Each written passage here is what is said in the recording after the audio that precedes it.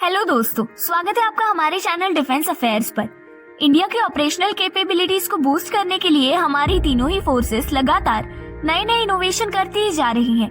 इसी के साथ इस बात का भी ध्यान रख रही है कि ये इनोवेशंस ज्यादातर इंडिजिनस हो।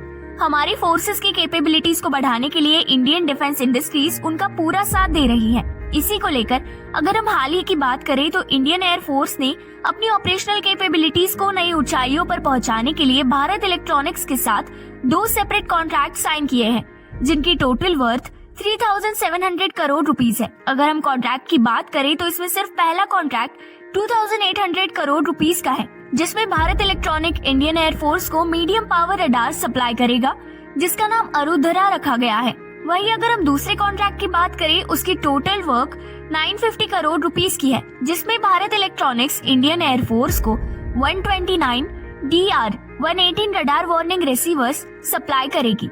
इस प्रोजेक्ट की सबसे खास बात ये है कि इन्हें अंडर बाय इंडियन IDMM यानी indigenously designed, developed and manufactured category में रखा गया है। ये दोनों प्रोजेक्ट्स हमारे आत्मनिर्भर भारत के स्पिरिट को दिखाता है।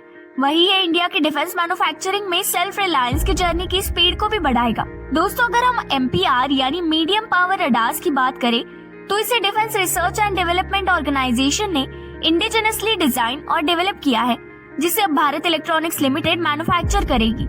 इस रडार के सक्सेसफुल ट्रायल्स और इंडियन एयर फोर्स द्वारा ऑलरेडी कंडक्ट कर लिया गया है। ये एक 4D मल्टी फंक्शन फेस्ड अरे रडार है, जिसमें इलेक्ट्रॉनिक स्टीयरिंग लगाए गए हैं, जो एरियल टारगेट्स के सर्वेलेंस, डिटेक्शन और ट्रैकिंग के लिए यूज किया जाएगा।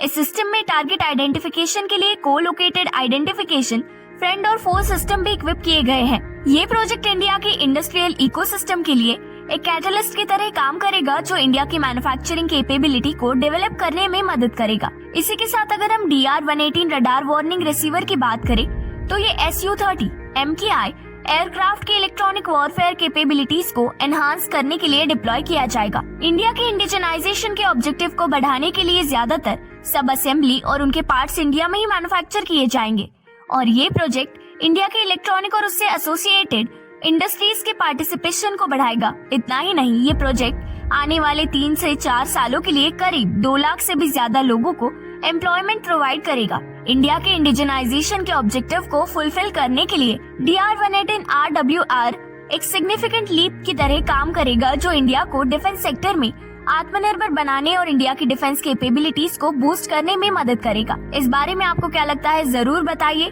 वीडियो को लाइक कीजिए और चैनल को सब्सक्राइब कीजिए।